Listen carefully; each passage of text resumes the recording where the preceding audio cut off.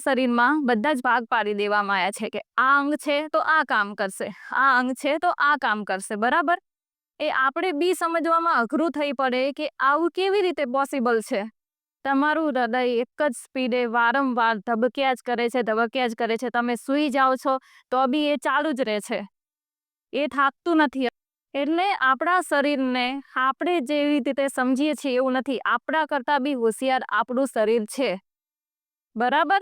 એને ખબર છે કે આ શરીરને બચાવવા માટે મારે ક્યારે કઈ ક્રિયા કરવાની છે.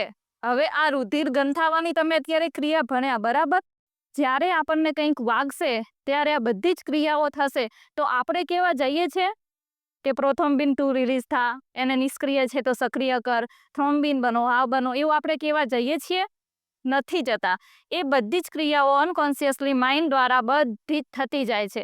એટલે આપણને એક તો એ ખબર પડી જવી જોઈએ કે આપણું જે મગજ છે, આપણે મગજને સીપીયુ જેમ હોય ને કમ્પ્યુટરનું, એમ તમે મગજને આપણું સીપીયુ કહી શકીએ કે જ્યાંથી બધું જ ફંક્શન થતું હોય, બરાબર. તમારા શરીરમાં જ્યારે બેક્ટેરિયા આવશે તો મેં તમને કહ્યું કે હાઇપોથેલેમસ જે આપણા મગજમાં રહેલું છે એ આપણા બોડીનું કે શરીરનું તાપમાન રેગ્યુલેટ કરે છે. એટલે કે એને વધારવું કે ઓછું કરવું એ કરશે, બરાબર.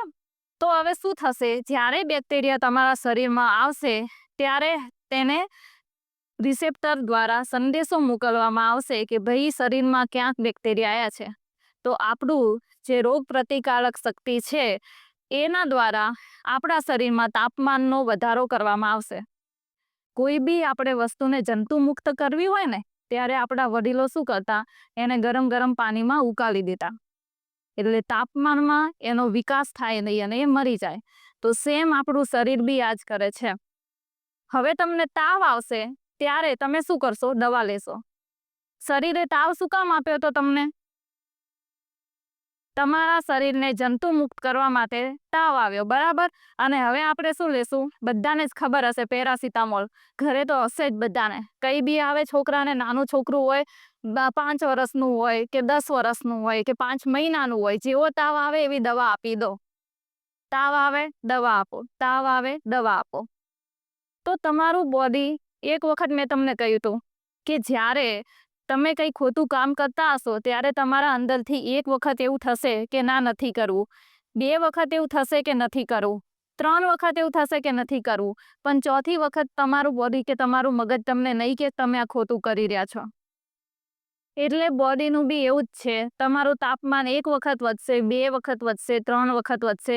તમારી હેલ્થ બહુ સારી હશે તો બહુ બધી વખત વધશે. પણ એક પોઈન્ટ એવો આવશે કે તમને તાવ આવવાનો બંધ થઈ જશે અને ત્યાંથી જ બધી બીમારીઓ ચાલુ થશે બીજી. કે હવે લીવરમાં તકલીફ છે કે કિડનીમાં તકલીફ છે કે તમને અસ્થમા થઈ ગયો છે, તમારા ફેફસા સારા નથી રહ્યા, મગજ સુધી તો કે તમને મગજમાં કોન્સન્ટ્રેશન નથી થતું, બધાને આજે ધ્યાન નથી રહેતું, ખરાબ ખરાબ વિચારો આવે છે, ડિપ્રેશનમાં જઈ રહ્યા એવું લાગે છે. બધી જ તકલીફો ત્યાંથી જ શરૂ થશે. જ્યારે તમારું શરીર તમને કંઈક રિસ્પોન્સ આપે છે, જ્યારે તમે એને દબાવશો ત્યારે એ શરીરમાં બધું ભેગું થશે. એટલે પહેલી વાત કે જ્યારે બી તાવ આવે ત્યારે કમસે કમ 48 કલાક એટલે કે 2 દિવસ તો કોઈ દવા લેવાની નહીં. અત્યારે તાવ આવે છે કે નહીં એના ઉપરથી હેલ્થ નક્કી થાય છે કે મનુષ્ય હજી સ્વાસ્થ્યમાં કેટલું છે, કેટલું એનું સ્વાસ્થ્ય હજી સારું છે, શું એનું બોડી છે એ તાપમાનને વધારી શકે છે કે નથી વધારી શકતું. એટલે મેન આ વાત તમને બધાને ક્યારે બી યા તમારા ઘરમાં કોઈને બી તાવ આવે ત્યારે ફટ દઈને પહેલા જ દિવસે દવા લેવા જવાનું નહીં. ત્યારે 2 દિવસ રાહ જુઓ, ઘરે પાણીના પોતા મૂકવાના, આરામ કરવાનો. એવું ના હોય તો તમે કામ કરી શકો, તમારી જેવી પરિસ્થિતિ. પહેલાંના જમાનામાં દવાઓ હતી ખરી આટલી બધી? અને પહેલાં તો એ કે ગામમાં ડૉક્ટર જ ના હતો, તમે તાવ આવે તો કોના પાસે દવા લેવા જાઓ? હવે શું થઈ ગયું કે તમારી આજુબાજુ એટલા દવાખાના વધી ગયા કે તમને એમ કે જે ઇઝીલી વસ્તુ મળી જાય છે આપણા માટે સારું થઈ ગયું. શરદી ખાંસી થઈ છે તો 7 દિવસ શરદી ખાંસી થઈ છે, જો 7 દિવસમાં નથી મટતી તો 8મા દિવસે ડૉક્ટર પાસે જાઓ. પહેલા કે બીજા દિવસે નહીં. ગળું ભરશે, નાકમાંથી પાણી આવશે, બધું જ સારું છે. નાકમાંથી પાણી આવે છે તો એનામાંથી બેક્ટેરિયા સાફ થઈ રહ્યા છે. ફેફસાને કંઈ નુકસાન ના થાય એના માટે ઉપરના તરફ જ બધા સિમ્ટમ રાખવામાં આવે કે તમને બધી ઉપર જ તકલીફ થાય. હવે આપણે શું કરશે, અહીંયા જે બી થશે ને એને દબાવ કરશે.